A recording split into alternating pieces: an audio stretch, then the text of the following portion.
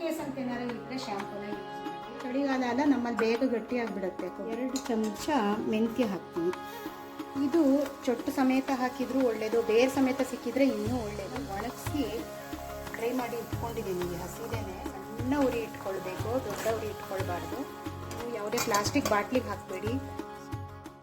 ಎಲ್ಲರಿಗೂ ನಮಸ್ಕಾರ. ಇವತ್ತು ನಮ್ಮಮ್ಮ ತಲೆ ಕೂದಲಿಗೆ ಎಣ್ಣೆ ಹಚ್ಕೊಳ್ಳೋಕ್ಕೆ ರೆಡಿ ಮಾಡ್ತಾ ಇದ್ದಾರೆ. ಅದನ್ನ ಯಾವ ಥರ ರೆಡಿ ಮಾಡ್ತಾರೆ ಹೇಗೆ ಅಂತ ನೋಡೋಣ. ಇದು ನಿಮಗೂ ಹೆಲ್ಪ್ಫುಲ್ ಆಗಿರುತ್ತೆ, ನೀವು ಕೂಡ ಮಾಡ್ಬೋದು. ಬನ್ನಿ ನೋಡೋಣ. ಏನು ಮಾಡ್ತಿದ್ದೀರಾ ಅಮ್ಮ ಇವತ್ತೀಗ ನಿಮಗೆ ತಲೆಗೆ ಹಚ್ಕೊಳ್ಳೋಕ್ಕೆ ಕೊಬ್ಬರಿ ಎಣ್ಣೆನ ರೆಡಿ ಮಾಡ್ತಾ ಇದ್ದೀನಿ. ಅದು ಏಕೆ ಏನೇನು ಹಾಕಬೇಕು ಅಂತೆಲ್ಲ ಹೇಳ್ತೀನಿ.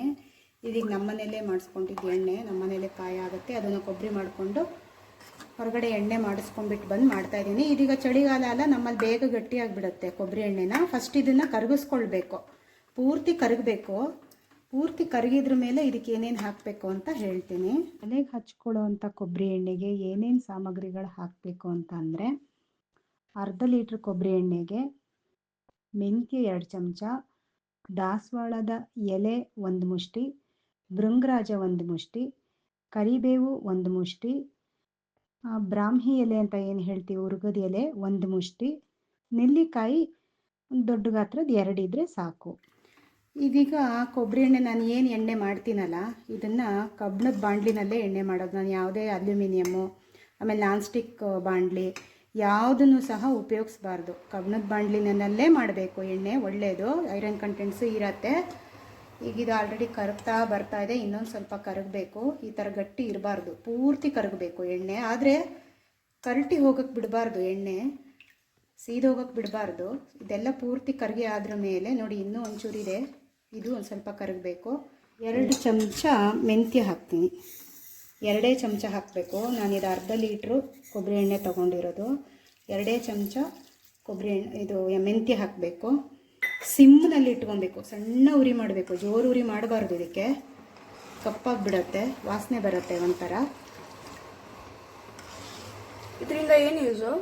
ಇದರಿಂದ ನಿಮಗೆ ತಲೆ ಕೂದಲಲ್ಲಿ ಹೊಟ್ಟಾಗಲ್ಲ, ಆಮೇಲೆ ಯಾವುದೇ ಅಲರ್ಜಿಗಳಾಗಲ್ಲ, ಆಮೇಲೆ ತಲೆ ಕೂದಲು ಬೆಳೆಯೋಕ್ಕೂ ಸಹಾಯ ಆಗುತ್ತೆ. ಇನ್ನೂ ಒಂದಷ್ಟು ಪದಾರ್ಥಗಳನ್ನು ಹಾಕ್ತೀನಿ.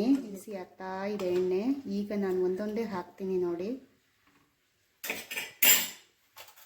ಫಸ್ಟು ನಾನು ದಾಸವಾಳದ ಎಲೆಗಳನ್ನು ಹಾಕ್ತೀನಿ. ಈ ಅರ್ಧ ಲೀಟ್ರ್ ಎಣ್ಣೆಗೆ 1 ಮುಷ್ಟಿ ಅಷ್ಟು, 1 ಮುಷ್ಟಿ ಅಷ್ಟು ಆದರೆ ಸಾಕು. ದಾಸವಾಳ ಎಳೆನ ಒಂದು ಸ್ವಲ್ಪ ಹೀಗೆ ಚೂರಿ ಚೂರಿನ ಪುಡಿ ಮಾಡ್ಕೊಳ್ಳಿ ಸಾಕು. ನಿಧಾನಕ್ಕೆ ಹಾಕಿ. ಸಿಡಿಯತ್ತೆ, ಒಂದೊಂದು ಸರಿ ಸಿಡಿಯತ್ತೆ. ನೀರಿನ ಅಂಶ ಇರಬಾರ್ದು, ಕ್ಲೀನಾಗಿ ಒರೆಸ್ಕೊಬೇಕು ಎಲೆಗಳನ್ನೆಲ್ಲ. ನೀರೇನಾರು ಇದ್ದರೆ ಹಂಗೇನಾರು ಸಿಡಿಯುತ್ತೆ ಅಂದರೆ ಮುಚ್ಚಿಡ್ಬೋದು.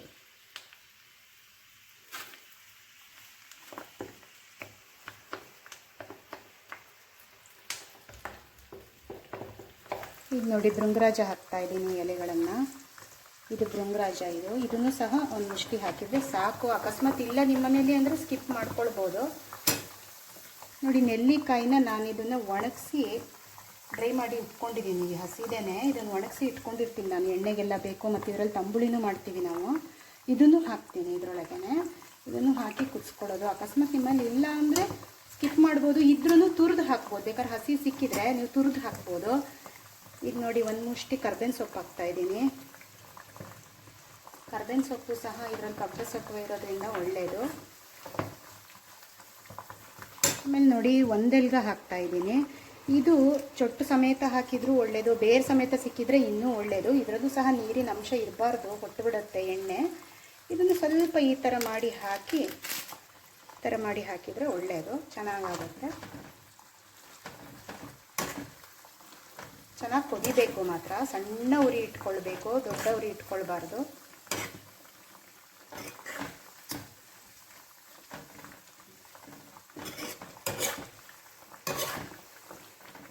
ಬರೀ ತಲೆ ಕೂದಲಿಗೆ ಎಣ್ಣೆ ಹಚ್ಕೊಂಡ್ರೆ ಮಾತ್ರನೇ ನಮಗೆ ತಲೆ ಕೂದಲು ಉದ್ದ ಆಗುತ್ತೆ ಹಾಗೆಲ್ಲ ಏನಿಲ್ಲ. ಫುಡ್ಡು ಸಹ ಅದೇ ಥರ ತೊಗೊಳ್ಬೇಕು.